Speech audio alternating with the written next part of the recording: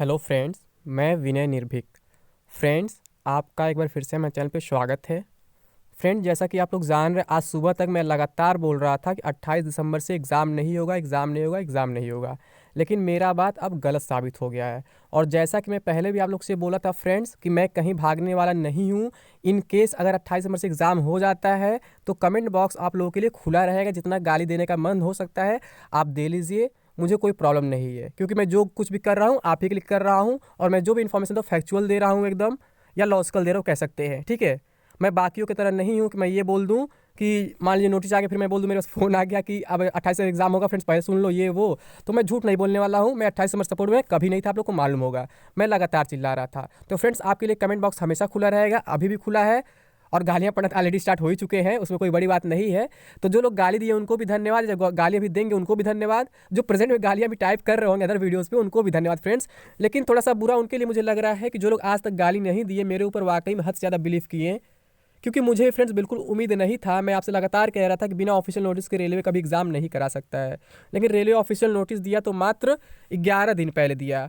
और ये बात मैं आप लोग से और बोला भी था कि अगर कुछ होता भी है तो 17 तारीख के शाम 8 बजे तक आ जाएगा। तो ये बात तो मेरा सही हो गया फ्रेंड्स। लेकिन इस बात का सही होने से कोई मतलब नहीं है, क्योंकि मैं 28 तारीख के फेवर में कभी नहीं था, 28 के फेवर में कभी नहीं था। ठीक है, मैं बाकी की तरफ अपनी बात नहीं बदलूंगा। मैं बार बार कह रहा हूँ ये बात कि मुझसे गलती तो हुई है, मेरा बात गलत तो साबित हुआ है, मैं इसे एक्सेप्ट करता हूँ। और गाली देने वाले भी तैयार है गाली दें, मैं मानता हूँ मेरी गलती है यहाँ पे।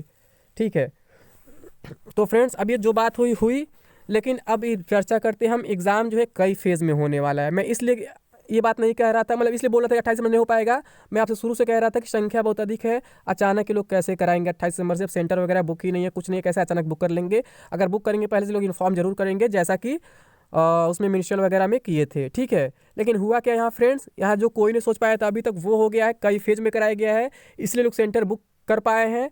क्योंकि मैं पहले ही बोला था आप लोग को, जैसे एग्ज़ाम वगैरह है तो सेंटर मिलना इतना आसान नहीं है। लेकिन फिर भी 28 से मिल गया इन लोग को, जिसके खिलाफ मैं था शुरू से। मैं बार बार रिपीट करूँगा फ्रेंड्स, मेरी गलती है, मेरी गलती है, मेरी गलती है। ठीक है, मैं भागूंगा नहीं कभी भी। तो अब जो हुआ ठीक है। तो एग्ज़ाम कई फेज़ में होगा। अब ये सवाल होगा पहले फेज़ में किसका होगा। ठीक है, कुछ लोग के मन में ये सवाल हो रहा होगा कि पहले फेज़ में किसका होगा। क्या जिसका ईमेल आया केवल उसी का होगा, जिसका नहीं है उसका नहीं होगा, कि सभी का ईमेल आ चुका है। बहुत से सवाल होंगे आप लोग के मन में फ्रेंड्स। तो इस पर थोड़ा सा मैं डाउट क्लियर करने का कोशिश करूंगा। ठीक है, तो मैं अपने पास फिर कुछ नहीं बोलूंगा। जो ऑफिशियल नोटिस आया एग्जाम डेट को लेकर के, जो शेड्यूल आया है, उससे मैं बताऊंगा कि किसका एग्जाम कब होगा कब नहीं होगा। ठीक है, तो देखते हैं नोटिस फ्रेंड्स। तो देखिए नोटिस आज आया इसको लेकर के, government of India, ministry of railways, railway recruitment boards, CN01/2019 for recruitment of various NTPC graduate and under graduate post. Notice on exam schedule for CBT 1।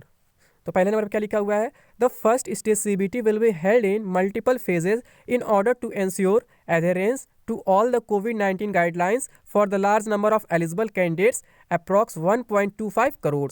तो कहा जा रहा है जो फर्स्ट स्टेज CBT है ये मल्टीपल फेज में कराया जाएगा, यानी कई फेज में, एक फेज में नहीं। अभी हो सकता है 4 फेज में हो या 5 फेज में हो। ठीक है, ये अभी कन्फर्मेशन इसमें कहीं नहीं है।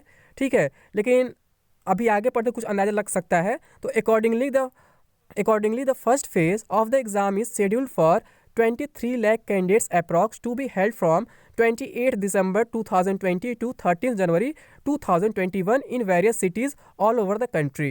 तो यहाँ आप देख रहे हैं फर्स्ट फेज में 23 लाख को बुलाया जा रहा है, और टोटल कैंडिडेट अप्रॉक्स जो है कितने हैं, 1.25 करोड़ है। तो इसको देख के लग रहा है कि हो सकता है ये लोग 5 फेज में करा दे, या फिर अगर सेंटर ज़्यादा खाली मिल जाए तो 4 फेज में भी करा सकते हैं।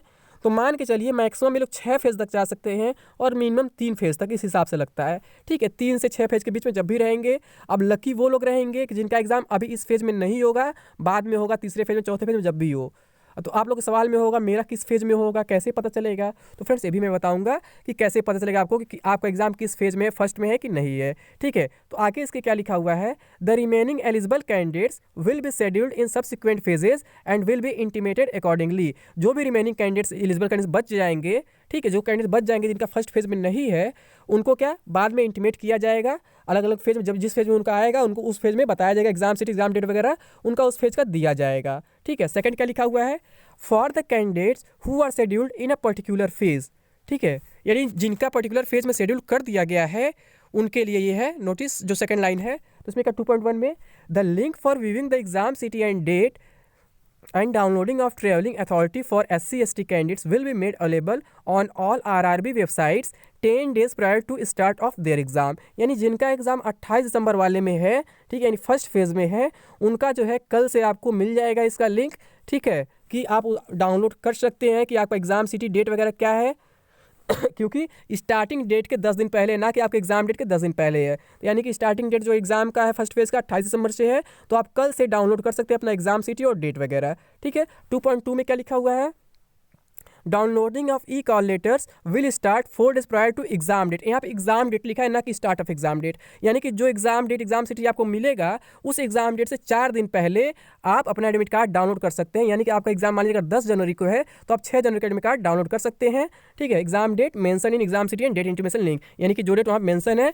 उससे 4 दिन पहले आप एडमिट कार्ड डाउनलोड कर सकते हैं। यानी फर्स्ट शेड्यूल वालों को कल इंटीमेशन मिल जाएगा सिटी और डेट का, एग्जाम डेट का, और एडमिट कार्ड आप अपने एग्जाम डेट से 4 दिन पहले डाउनलोड कर सकते हैं। थर्ड क्या लिखा हुआ है, information to the candidate who is not scheduled in a phase. मान लीजिए जिनका इसमें इस फेज़ में शेड्यूल नहीं किया गया है तो उनके लिए क्या है, तो on accessing the link for viewing the exam city and date message will be displayed. यानी साफ साफ लिखा हुआ है कि जो कल एक्सेस आप लिंक करेंगे, जो लिंक को आप एक्सेस करेंगे कल एग्जाम सिटी डेट के लिए, तो उस पर कुछ ऐसा मैसेज दिखाएगा, dear candidate you are not scheduled in the present phase, please wait for intimation from RRBs। यानी कि डियर कैंडिडेट आप इस फेज़ में शेड्यूल नहीं किए गए हैं, आपका एग्ज़ाम इस फेज़ में शेड्यूल नहीं किया गया है, तो आप वेट करें RRB से इंटीमेशन के लिए, यानी आपका किस फेज़ में आएगा। यानी अभी आपको कोई नहीं बता पाएगा कि आपका सेकंड फेज़ में है या थर्ड फेज़ में है या फोर्थ फेज़ में है। हाँ, अगर फर्स्ट फेज़ में है तो आपको कल पता चल जाएगा, आपको एग्ज़ाम डेट सिटी वहाँ पे शो कर देगा। यानी कि जैसे कि सवाल हो रहा है ना कि फर्स्ट फेज में किसका पड़ेगा, तो फर्स्ट फेज में उसका पड़ेगा फ्रेंड्स कि जिसका उस पर शो कर देगा एग्जाम डेट सिटी वगैरह, उसका फर्स्ट फेज में पड़ेगा। जिसका नहीं शो करेगा, जिसका ये लिख देगा dear candidate you are not scheduled in the present phase, please wait for intimation from RRBs, तो उनका क्या होगा, उनका कभी पढ़ सकता है, लेकिन कंफर्मेशन नहीं है कि सेकंड में पड़ेगा, थर्ड में पड़ेगा, फोर्थ में पड़ेगा। वैसे कल के बाद थोड़ा आइडिया लग जाएगा कि किस बेस पे बुलाएंगे लोग, कि रजिस्ट्रेशन नंबर पे या अल्फ़ाबेटिकल या कुछ और जो भी लॉजिक है कैसे करेंगे, कल कंफर्म हो जाएगा शाम तक, ठीक है। तो कल ये पता चल जाएगा। और फ्रेंड्स मैं एक बात अभी आज सुबह ही बोला था कि जैसा कि कुछ लोग कह रहे हैं रजिस्ट्रेशन नंबर मुझे कैसे मिलेगा, मेरे पास ईमेल आईडी वगैरह नहीं है, ये नहीं है, वो नहीं है, तो मैं आपको बोला था आपको इसका लिंक मिल जाएगा। तो देखिए यहाँ पे आया हुआ है कि forgot application registration number link will be made available on all the RRB official websites to assist candidates who forgot their application registration number in retrying their application registration number. यानी कि ये उनके लिए है जो अपना रजिस्ट्रेशन नंबर वगैरह भूल गए हैं, क्योंकि 2 साल हो गए फॉर्म भरे हुए और ईमेल आईडी भी उनके पास नहीं है, जबकि ईमेल लगभग सबको भेजा गया है, ठीक है। तो अगर आपका रजिस्ट्रेशन नंबर नहीं मिल पा रहा है अभी भी, तो उनके लिए क्या है, लिंक यहाँ प्रोवाइड कराया जाएगा जहाँ अपना name, father name, date of birth वगैरह यानी अपने कुछ डिटेल देके अपना रजिस्ट्रेशन नंबर वगैरह निकाल सकते हैं, जिससे आप अपना सिटी इंटीमेशन वगैरह चेक कर सकते हैं, ठीक है। तो आपको परेशान होने की जरूरत नहीं, हो सकता है कल सभी को मिल जाए, चलिए आप चाहे आपका इस वाले में हो चाहे ना हो, और आपको ये लिंक मिल जाएगा कल से चेक करने के लिए कि आप अपना रजिस्ट्रेशन नंबर वगैरह चेक कर सकते हैं आसानी से, ठीक है, ताकि आप अपना एग्जाम दे सके, छूटे ना इसके वजह से रजिस्ट्रेशन नंबर आपके पास नहीं है। फिर आगे क्या लिखा हुआ है, candidates are advise to refer only to the official websites of RRBs for latest updates on the recruitment process, please do not be misled by unauthenticated sources. तो ये तो हर बार लिखे, इसी बात में मैं आपसे बोल रहा था बार बार कि केवल RRBs विश्वास करें, लेकिन उन्होंने क्या किया, कॉन्फ्रेंस वाली बात ही सच कर दी। तो अब इस लाइन का कोई मतलब नहीं रह गया फ्रेंड्स, ठीक है। तो फ्रेंड्स आज के लिए बस इतना ही, बाकी कल मैं अब बताऊंगा। आप लोग बार बार एक ही चीज़ डिमांड कर रहे हैं कि सब्जेक्ट वाइज बताएं कि कैसे प्रिपेयर करें। अब मान लीजिए जब एग्जाम डेट मिल गया है, अब क्या है, अब जो उसका मान लीजिए स्ट्रेटजी बनाना और भी आसान हो जाएगा, क्योंकि एग्जाम डेट अब कंफर्म हो चुका है, ऑफिशियली कंफर्म हो चुका है। अभी तक जो था ऑफिशियल साइट पे नहीं आया था, और मैं आपको बार बार कह रहा था केवल आप ऑफिशियल साइट को फॉलो करें, बाकी किसी विश्वास ना करें, जैसा कि RRB खुद कहता है। लेकिन RRB खुद ये कह के नहीं माना तो उसकी कोई बड़ी बात नहीं है, गलती मुझसे हुई है तो हुई है, ठीक है। जिसको गाली देना है दे, कोई बात नहीं है, आई एक्सेप्ट इट, मुझसे गलती हुई है, मैं भागने वाला नहीं हूँ, कमेंट बॉक्स एकदम ऑन है, ठीक है। बाकी आप लोग के ऊपर डिपेंड करता है कि आप गाली देते क्या करते हैं, कैसे करते हैं, ठीक है फ्रेंड्स। तो आज के लिए बस इतना ही, थैंक यू।